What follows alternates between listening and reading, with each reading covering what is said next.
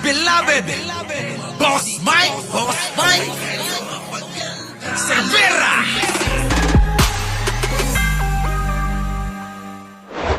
Ating nakitaan na Ito na mga kababayan ha. Pakinggan ninyo tong sasabihin ni Congressman Luistro ha. Malupit ito. Parang pinaringgan ng husto. Sino? Si Sara Duterte rito. Sara Duterte, sana na mapanood mo to. At sana hiling ko lang, wag nyo ko igaya kay Ka-Percy ha. Baka mamaya magaya tayo. Eto na. Pasok. isa pa sa ating nakitaan na maaring ikaso ay ang violation ng plunder. Ano nga ba ang plunder, Mr. Chair? Ano? Pakinggan ninyo. Makinig kayo ha, mamaya na chismis. Isa pa sa ating nakitaan na maaring ikaso ay ang violation ng plunder. Ano nga ba ang plunder, Mr. Chair? Nakasaad dito na ang penalty ng paglabag ay reklusyon perpetua na may katumbas na 20 years and 1 day hanggang 40 years. Kung sakali na 20 taon ito, makulong. Hoy, wag nyo sabihin nga walang nakukulong ha. Tignan nyo si Trillanes.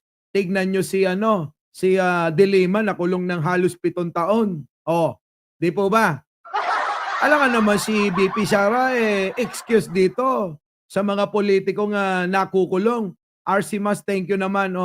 Di ba? Alam nga naman na wala. Di ba? Walang mangyayari rito. Pag walang mangyayari dito, mga kababayan, bumalik tayo ng EDSA. Ito na, tuloy. Ano yun? Plunder. I wish to add, Mr. Chair, na ito pong kasong ito, considering the penalty of reclusion perpetua is non-bailable. Walang bail. Kalakip din po ng penalty na ito ang perpetual absolute disqualification, which includes deprivation of such person from holding public office Pakinggan yung maigi mga kababayan.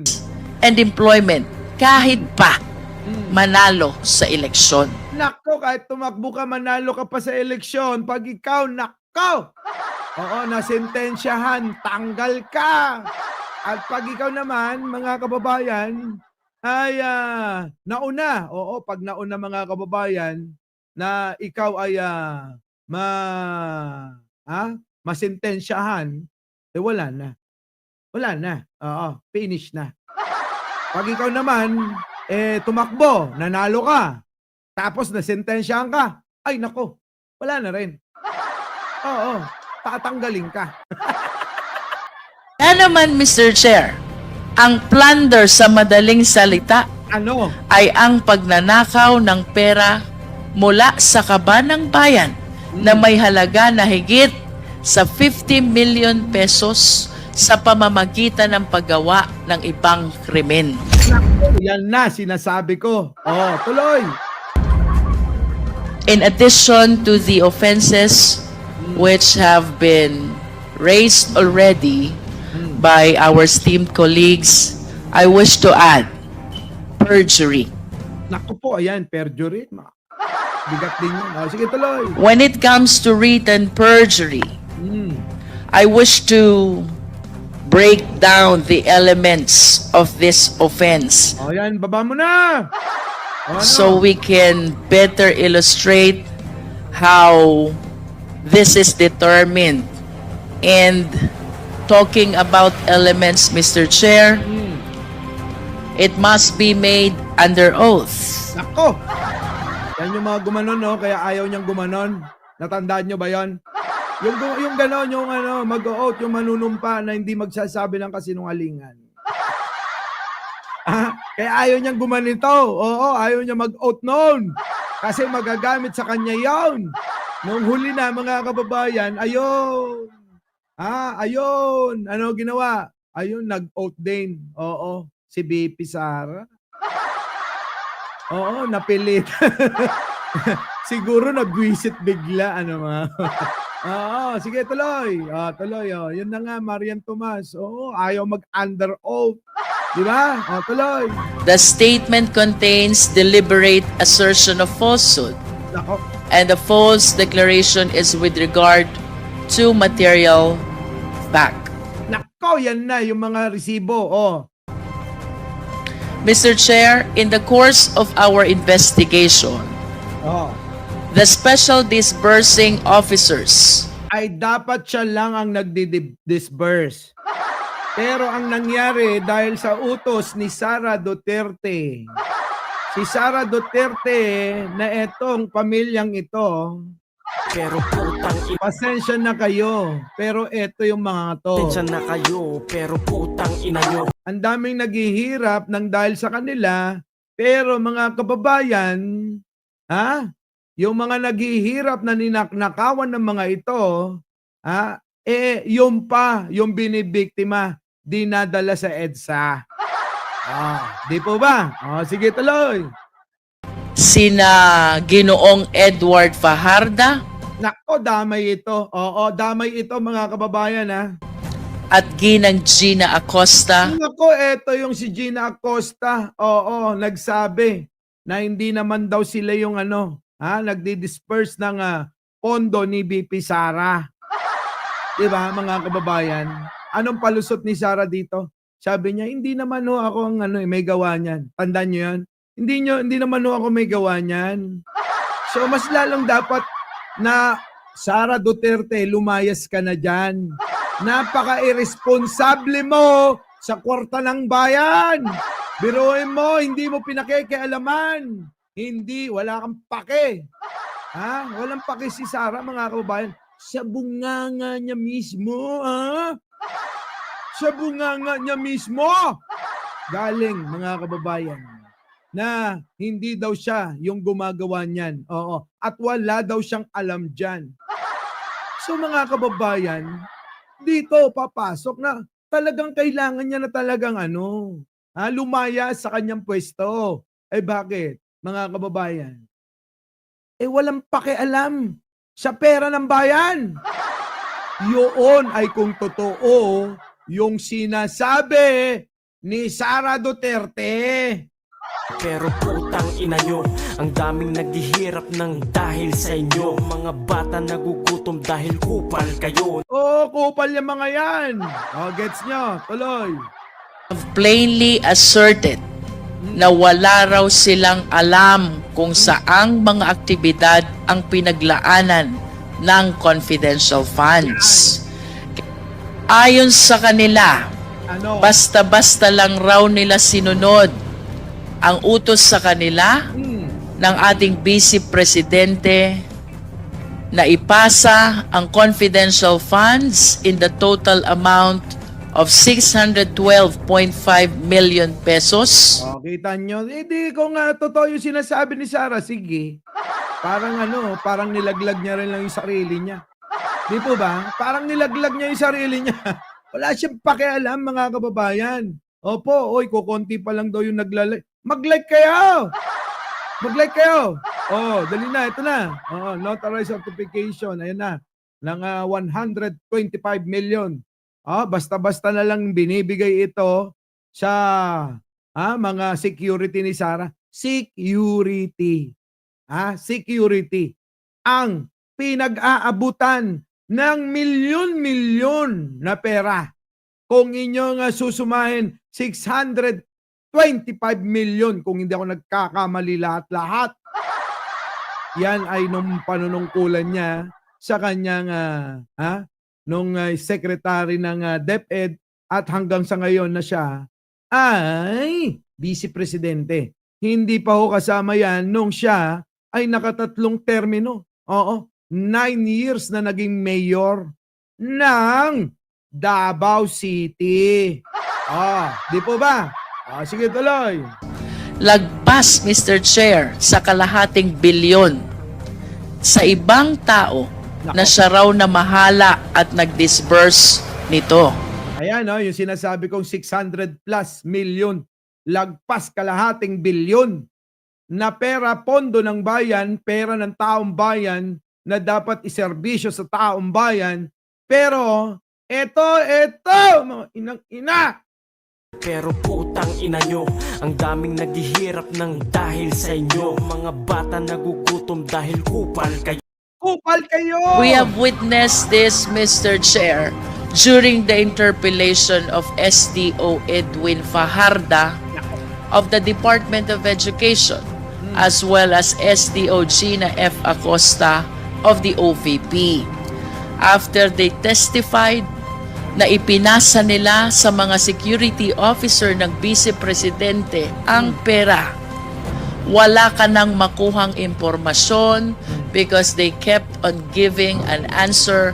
Wala silang alam dahil ang kabuuan ng halaga ay ibinigay nila sa mga security officers. At doon na nagtatapos. Doon nagtapos mga kababayan nung binigay na sa security. Ayaw na nila, isang baitang na lang, oo, para ituro talaga si Sara. Kaya lang biglang nagwala. Nagwala mga kababayan eh. Oo, tama na daw, hindi niya nakaya. Naputol dun eh. Dito, kila Acosta.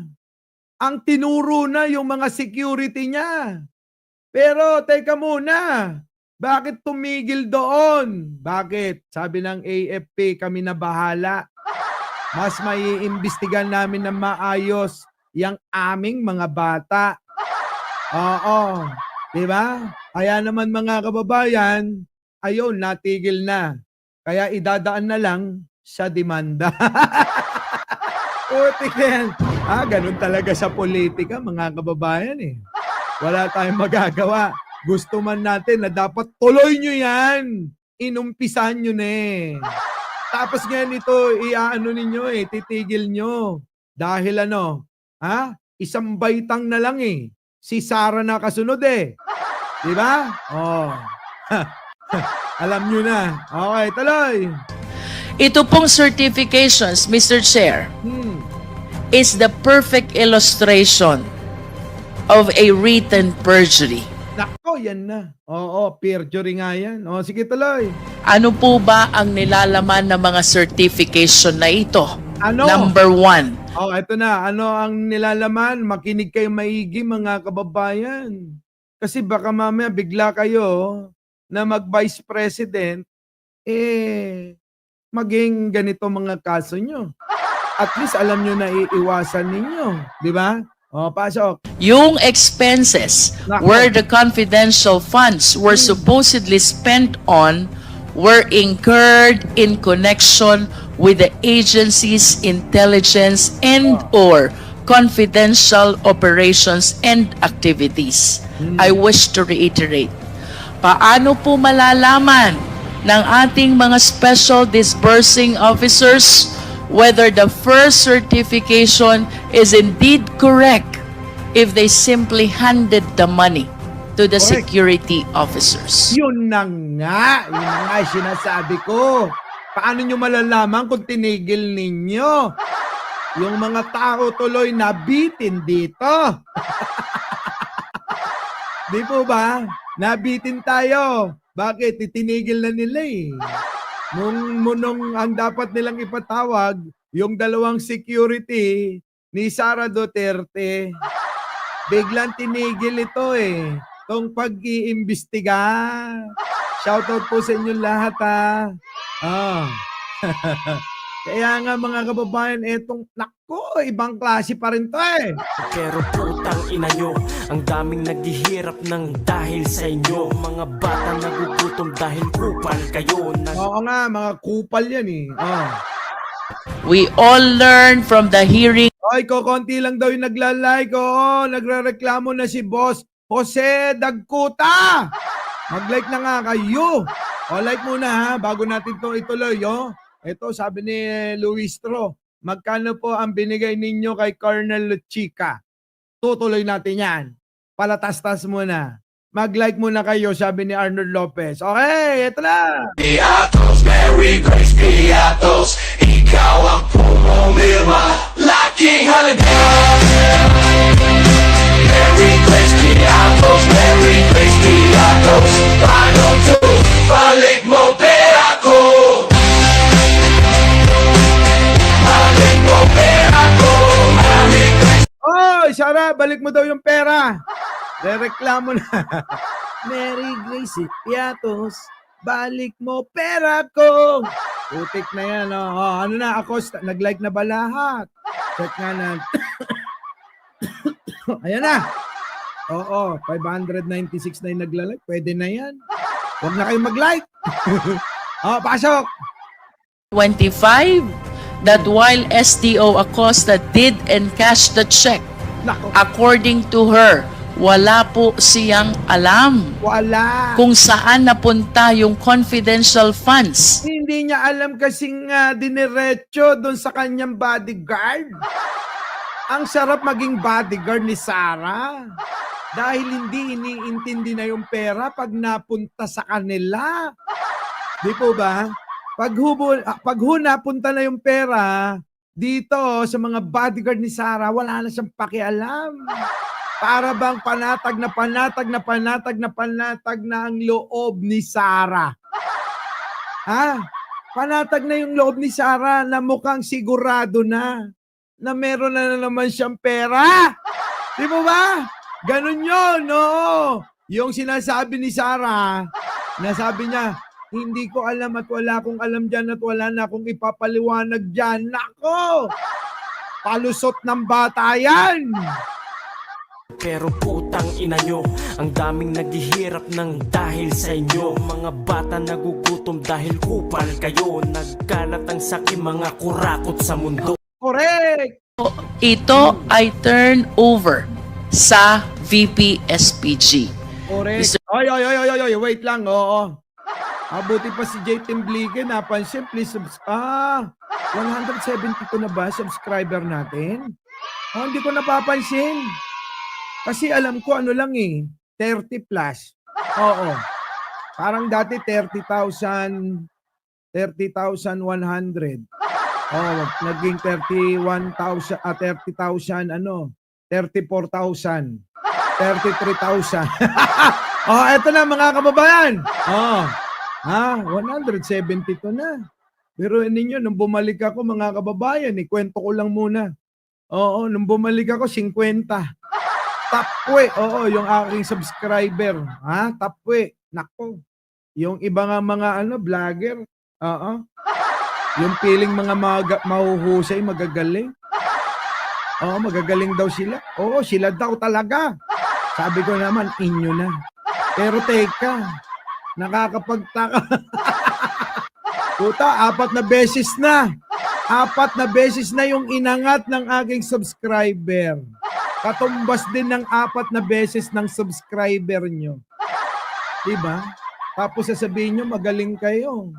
Kaya nga mga kababayan, pag sinabi nila magaling, edi kayo na. Diba? Ganun lang yun. Eto na. Pasok. Mr. Chair, this is totally, if not completely contradictory to the contents of the certification. Correct. It's the exact same story for Mr. Fajarda of Iisa lang sila. Iisa lang sila ng istorya. Tuloy. DepEd, Mr. Chair. Sabi po nila, Miss Acosta at Mr. Fajarda, sa ating pagdinig na hindi talaga nila alam kung saan ginastos ang pera. Nako. In other words, malay po ba nila kung napunta nga ba sa intelligence or confidential operations and activities ang pera? Oo nga naman. Malay ba na, hindi lang nila. Malay ba natin, mga kababayan? Sabi ni Project 101. Oy, thank you naman kay Nudge Austria. Sabi ni Project 101, nauto mo kasi ako. Oy, wag mo nang dalhin yan doon. Alam na alam ko yan, ha? Eto na, mga kababayan. Nako po, eto, malupit, Pakinggan nyo uli, ha? Mr. Fajarda of DepEd, Mr. Chair. Sabi po nila, Miss Acosta at Mr. Fajarda, Na ano? sa ating pagdinig na hindi talaga nila alam kung saan ginastos ang pera. In other words, Hindi talaga nila alam yung may trabaho kung paano dapat i-distribute, i-disperse ang mga pera na yan, mga kababayan. yung may trabaho nun, hindi nila alam kung saan napunta. Kita nyo? Hindi rin nila alam kung sino may gawa ng mga pekeng dokumento. Yung mga tumanggap ng milyon-milyon pera. Hindi rin nila alam na dalawa. Di po ba? Maliwanag na maliwanag talaga. Na ay may nangyayaring mekos-mekos, hokus-pokus, abracadabra, sis, bomba si Sara. Diba?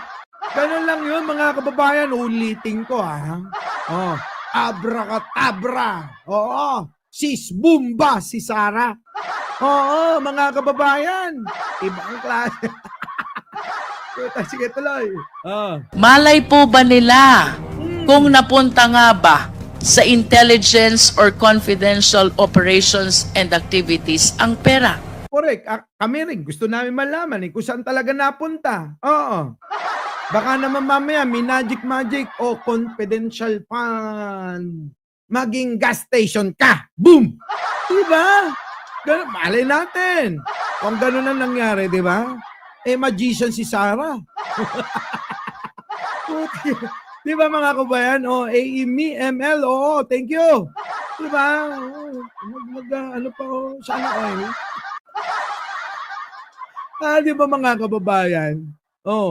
Malay natin kung saan talaga dinala ni Sara yung mga pera. Yung mga pera na dapat ay itulong sa mga mahihirap, na ngayon yung mga mahihirap ay ginagamit ng mga tong pamilyang inang-ina, mga ito. Pero putang ina nyo, ang daming naghihirap ng dahil sa inyo. Mga bata nagugutom dahil kupal kayo. Nagkalat ang sakit, mga kurakot sa mundo. Mukhang pera lang. Itong pera. Mukhang pera lang talaga. Di ba mga kababayan? Pasok. Malay po ba nila kung totoo yung mga pinagsasasabi na accomplishment report? Bakit? Meron ba kayong nakitang accomplishment ni Sara? Tulad ng nireport niya? Kasi mga kababayan, uulitin ko kapag may nagawa yan, ultimo utot niyan, binabalita. Pero bakit? Accomplishment, project. Asan? Wala. Nga mga kababayan, wala tayong makita. Ulitin ko lang para maliwanag sa mga nanonood na mga DDS dyan. Ang tanong sa dami ng pera na yan, meron po ba kayong nakita? Jelin's Vlog, thank you naman. Meron po ba kayong nakita, binalita ng mga vlogger nila na may nagawa si Sara? Kasi kung ulitin natin at babalikan natin ang lahat, mula nang naupo ito sa OBP at sa DepEd, tree planting lang ang pinagmalaki niyan. Di po ba? Tree planting lang pinagmalaki niyan. Kaya nga mga kababayan, ito. Piatos, Merry Grace Piatos, ikaw ang pumumilma, laking holiday. Merry Grace Piatos, Merry Grace Piatos, paano to, balik mo pera ko. Balik mo na pera namin. Grabe, no? Grabe. Pasok, tuloy ako. Selpa, tuloy. Iniisip ko nga kung doon ako magpapasko. Kasi si Jan Angeles Selpa, uuwi sa pamilya niya. Doon, sa kanila. Iiwan ako mag-isa. Kaya sa December 24 hanggang 25, single muna. Single muna. So, baka mayroong gustong mag-imbita. Kahit saan niyang pupuntahan ko yan. Okay, tuloy. Ito na. Pasok. Hindi na yan. Ito. Yan. Report, and most importantly, certification. No. But they signed it, Mr. Chair. They signed them under oath. Oo, totoo yan. Kaya mabigat yan. Mabigat na mabigat. This means, Mr. Chair, that Ms. Acosta and Mr. Fajardo did not only violate the joint circular, they also lied under oath dito sa kanilang certification. Yan, ang problema, damay-damay na. Damay na si Acosta at si Fajardo. Kaya mga kababayan, hindi lang silang dalawa. Damay din pati syota niya. Yung syota niya, kung inyong matatandaan, halos hindi siya bitawan. Di po ba? Yung syota niya na nagtawag pa na mag-EDSA. Nagtawag pa na mag-people power na. Oo. Di ba? Tandaan nyo ba yon? Nagtawag sila people power na dahil ang aking syota, ikukulong nila. Pinagbabantaan ang buhay niya. Putik na yan. Para saan pagbantaan ang buhay ng jowa? Di ko makita yung point niya. Tuloy. They did this not just once, not Hindi lang isang beses ginawa. Shoutout po sa lahat ng mga bagong dating ha. Oo. Hindi lang isang beses ginawa. Sige, tuloy. just twice, but thrice. Parang si ano to ha? Not once, not twice, but thrice. Parang si ano Susan Roses ang datingan. Susan Roses. Tuloy. For Mr. Fajardo. And for Ms. Acosta, I have action report and most importantly, certification. But they signed it, Mr. Chair. They signed them under oath.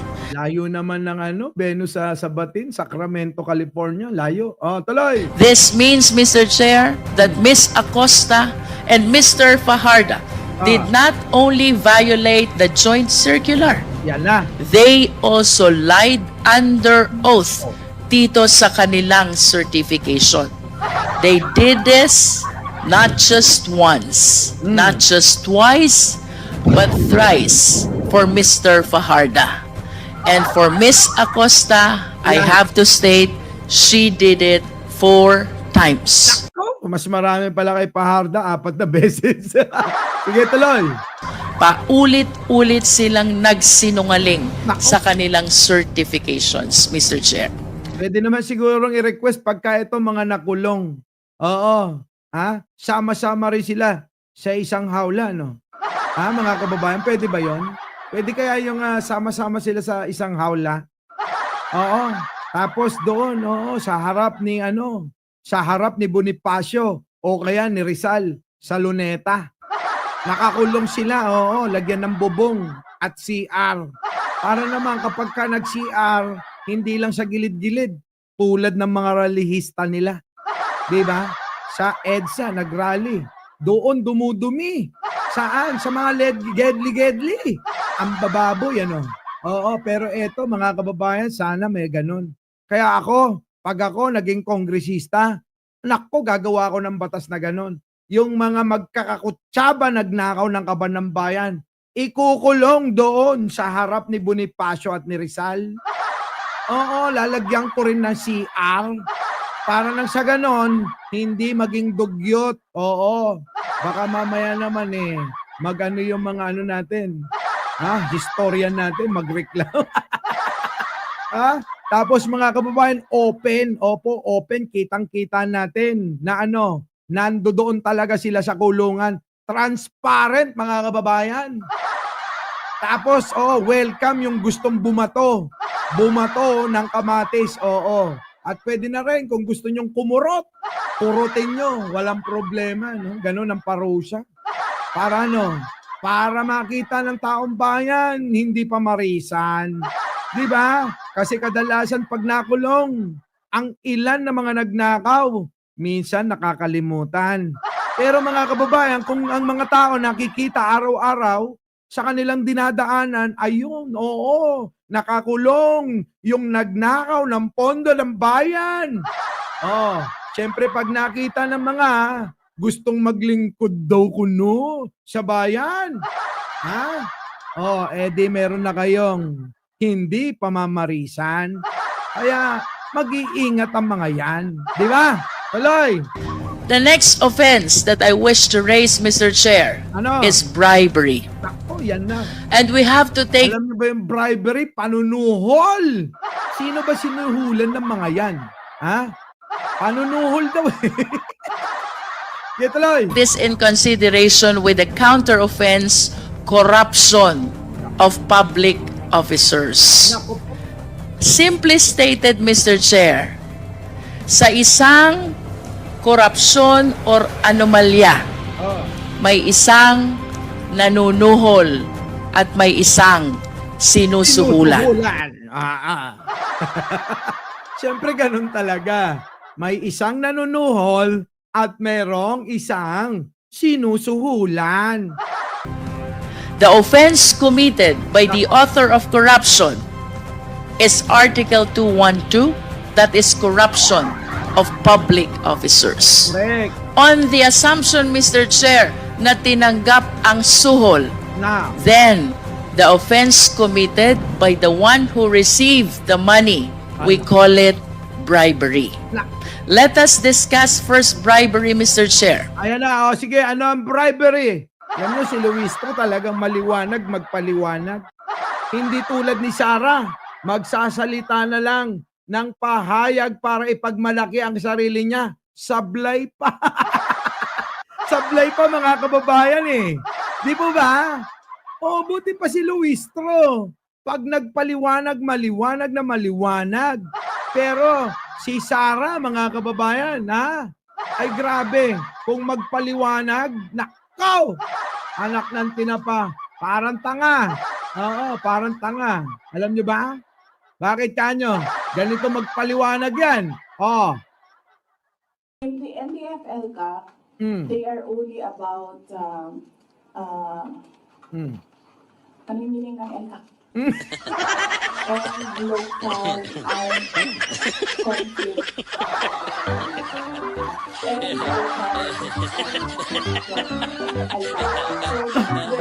Kita nyo? O sa mga hindi may alam, Vice Chairperson pa yan. Nung tinutukoy niyang organization, NTF-LCAC. DJ Byron. Oy, sa mga hindi pa nakapag-subscribe kay DJ Byron. Kita nyo mga kababayan. Eto si DJ Byron. Huwag yung ano to isnabin Puntahin nyo channel niyan. Eto mga kababayan. Kung si Luistro, malinaw na malinaw.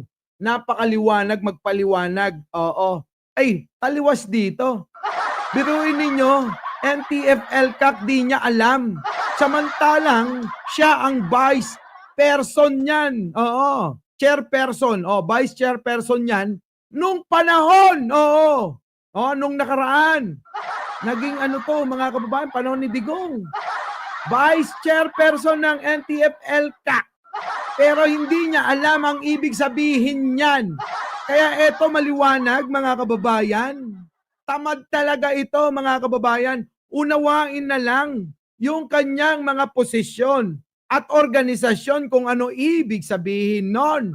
Abay mga kababayan hindi alam. So, paano ito mga kababayan? Pirmi sadot na. Sadot nga sadot. Nagsadot. Sige, tuloy natin. Ito, pakinggan nyo kung paano magpaliwanag ito. Paulit. Pakinggan nyo. in the NDF-LCAC, they are only about, ano yung meaning ng LCAC? And local armed conflict.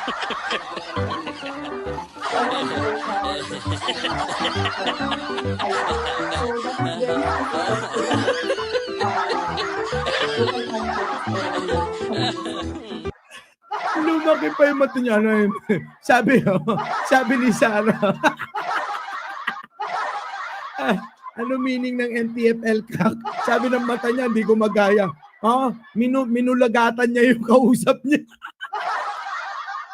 Ano meaning? Gumanon yung mata ni Sarah. Ano meaning ng NTF-LCAC? Isip ka, Sarah. Comedy to si Sara eh. Tingnan niyo maigi yung mata. Puta, vice chairperson yan noon ha. Oh. In the NDFL Cup, they are only about paniniling ng NCAP. Di ba? Sara, dapat di mo na binanggit yan. Puta. Ay, nako. Pero yung mga bobong mga DDS, gumanon lang si Pangulo, nagtinga lang, binigyan na ng mahalang, ng masamang kahulugan. Diba? Anyways, Sara, malayo ka kay Luistro. Oo, malayo. Okay, tuloy. Ang elements ng bribery. There must be a public officer. The accused is a public officer. He received directly or through another some gift or present. The receipt was in consideration of his commission of some crime, and that relates to the exercise of his function as a public officer. Of course, kailangang ma-mention ang mga krimen ng mga nagsuhol at mga nagpasuhol. Ito po ang mga elements ng bribery. Malamang lahat ng mga tao na naimbestigahan natin. Lahat ng mga naimbestigahan. Kung inyong matatandaan, ano ang tinutukoy dyan sa bribery? Sa mga hindi. Nakapanood niyan. Natandaan nyo ba yung mga sobre na binibigay ni Sara Duterte? Merong 50,000, merong 25,000. Yun ay panunuhol. Yun ang tinutukoy dito sa bribery. Na mga public official. Maging itong mga kawani ni Sara sa DepEd, public official. Na halos lahat mga kababayan ng mga tauhan ni Sara Duterte ay inabutan buwan-buwan. Gets nyo na? Gets nyo na mga kababayan? Kung ano tinutukoy dito. Bakit? Sabihin na naman ng mga tangang mga DDS. Gawa-gawa nyo lang yan. Yung mga kaso na yan. Diba? Magpapaawa na naman yan. Gawa-gawa lang nila yan. Nandyan na nga mismong mga tauhan ni Sara Duterte ang mga nagsabi niyan. Hindi naman galing kay Luistro lang yan, kundi mismo sa mga tauhan ni Sara Duterte na pamilya ng ito mga kababayan. Nang dahil sa inyo, mga bata nagugutom dahil kupal kayo. Nagkalat ang sakit, mga kurakot sa mundo. Mukhang pera. Diba? Tuloy natin si Luistro mga kababayan. Pasok!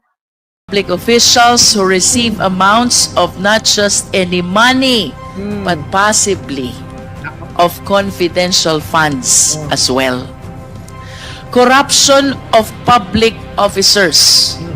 Siyempre, kung may mga tumatanggap ng suhol, may mga nagsusuhol. Siyempre, sino nagsusuhol? Huwag na kayong umawit. Huwag kayong umawit. Ibig sabihin, huwag kayong kumanta. Ibig sabihin, huwag kayong magsalita. Susuhulan na lang. Ganyan. Diba? Suhol na lang. 50,000 a month. 25,000 ka kasi hindi ka naman hindi naman malakas. Hindi naman mataas ang posisyon mo. So, benching ko ka lang. Yung mga matataas, yung mga USEC, ganyan, 50 yan. Sarap Sana oil talaga. Sana oil! Pasok! Sila naman po ay magiging liable sa krimen ng corruption of public officers. Again, Mr. Chair, for clarity, yan. Yan na mga kababayan, sa kaliwanagan, ang nanuhol ay liable sa corruption of public officers. Corruption, magnanakaw talaga kayo, puro pera kayo. Ang pera, pera, pera, pera, pera, pera lang. Yeah, ang pera, pera, pera, pera, pera, pera lang. Mukhang pera, pera, pera, pera, pera, pera lang. Manggap ng suhol, they are liable for bribery. Ibig sabihin, may isang special krimen para sa nagsusuhol ng mga public officials. Tingnan po natin, parehas lamang ang penalty na ini-impose sa mga nagsusuhol at sinusuhulan as provided under Article 212. Kawawa naman yung mga tao na walang alam-alam. Oo, di ba? Kawawa naman umamin yung iba. Patnubay ng magulang, opo, ay kailangan. Sara Duterte, wag tularan. Ito na, pasok. Except, of course, disqualification and suspension. Because these two penalties apparently apply only to public officials. Ito mga kababayan ngayon, idudulog yun sa DOJ. Pag dinulog sa DOJ, alam nyo nakasunod. Oo. Sino ba yung pinuno? Sino ba yung sekretary? Sino? Si Boying Remulla. Na ano? Siyempre, gagawa na naman nila ng istorya. Bakit? Kasi si Boying Remulla ay malapit kay Presidente. Ay, nako! Issue! Issue yan, issue! Issue na naman ng mga DDS na mga tanga yan! Grabe, no? Sige, tuloy!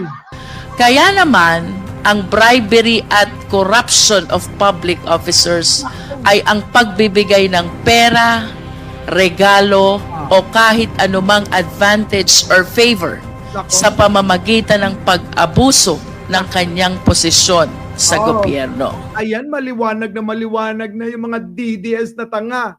Bulag pa rin kahit meron na pinapakita na ebidensya. Kasi nga, mga tanga. Oo, anino, mga tanga. Sama mo na, nuknukan ng mga mangmang yan. Tuloy-tuloy pa rin ang paniniwala ng mga yan. Bakit? Ganun talaga. Kapag tanga, hahangaan nila ay yung parehas nilang tanga. Flash the next screen. Let's all recall what we discovered from the committee investigations. May mga empleyado sa DepEd na Eto na. May mga empleyado sa DepEd. Oh, yung mga tanga. Meron daw mga empleyado sa DepEd na tumatanggap ng pera tulad ng sinabi ko kanina. Diba? Oh, sige, tuloy. Merong ibigay ng pera, regalo, o kahit anumang advantage or favor sa pamamagitan ng pag-abuso ng kanyang posisyon sa gobyerno. Kindly flash the next screen. Let's all recall what we discovered from the committee investigations. May mga empleyado sa DepEd na tumanggap ng white envelopes in the same period within the confidential funds for yung sinabi ko kanina, mga kababayan, sige, tuloy. Ito na yung mga nagsitanggapan. Oo, Maring Mercy, thank you naman. Sana oil. Tuloy.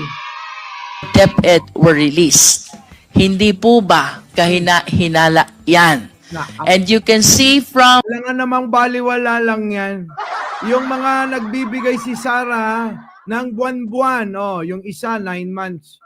9 months nakatanggap daw ng sobre, tagsi 50. Tagsi 50 mila. Yung isa naman 9 months din. Nakatanggap tagbe 25 mil. Yung mga DDS, magkano naman? Paki-comment naman. Yung mga DDS dyan, paki-comment kung magkano natanggap nyo kay Sara Duterte sa kanyang confidential fund. Para kayo ay magtuloy-tuloy na sumuporta at magtanggol dito sa isang magnanakaw. Sige nga, paki-comment nga. Tuloy. The screen, OVP executive admits inamin handing cash envelopes to DepEd officials. Next slide, please. We may recall it was former Yusek Gloria Mercado who first revealed to us that she received 9 envelopes with 25,000 in a span of 9 months. Oh, kita nyo, ayan 50,000 yan eh. Oo, kay Mercado, 50,000. 50,000 yan, oh. Tingnan nyo, totoo ulit. Cash envelopes to DepEd officials. Next slide, please. We may recall it was former Yusek Gloria Mercado Oh, who first revealed to us that she received 9 envelopes Okay. with 25,000 in a span. 50,000! Mali naman si Luistro eh. 50,000 yun. Ayoko na. Huwag na natin tuloy. 50 milyon. Yung isa, di ba? Yung isa, benching ko, yung payat na nakasalamin. Di po ba? Tapos, yung eto si Mercado, 50 mil to. Bakit? Yusek to. Kailangan mataas ang bayad dito. Di ba? Sige, tuloy. Of 9 months. Baka naman nagkapalit lang. Sige, tuloy. Ito'y ibinigay ni Sunshine Fajarda Oo. ang mga envelopes kay Yusek Mercado at sinabi Na ano? na galing ito sa Vice Presidente Sara Duterte. Ayan na. Ito yun, mga kababayan. Paalala ko lang nung nagsalita ito, doon sa Kongreso, biglang nagpa-press con si Sara nyo. Sabi ni Sara, meron akong ebidensya na si Mercado ay meron. Ito. Oo. Di ba? Ito. Oo. Magnanakaw yan. Yung pala, mga kababayan, yung sinasabi niyang ninakaw, napunta lahat doon sa DepEd. Anak ng pati ngayon, sabi ni My Pets Hobbies. Sabi rito, My Pets Hobbies, 50K for Gloria Mercado. Ganun ba yun? Sige, eto na. The rest, hindi. Yung iba yun. Oo, tama. Sige, tuloy. Basta kay Mercado, 50K maliwanag yan. Mali, si Luistro. Pasok. Malinaw na ang ganitong pagkakataon ay hindi normal. Hindi normal na ang boss ay nagbibigay bigla ng sobre na may 25,000 each for Kita nyo. Pero kung pang ano kayo, private kayo, tulad ko, namimigay ako. Walang sobre. Oo, kitang-kita kung magkano. Mimigay ako, pila kayo. Eto, tag-100 ninyo. Putik na yan. Okay lang yung mamigay. Pero eto, Vice Presidente, public servant, patay tayo dyan. Our beloved Boss Mike Cervera.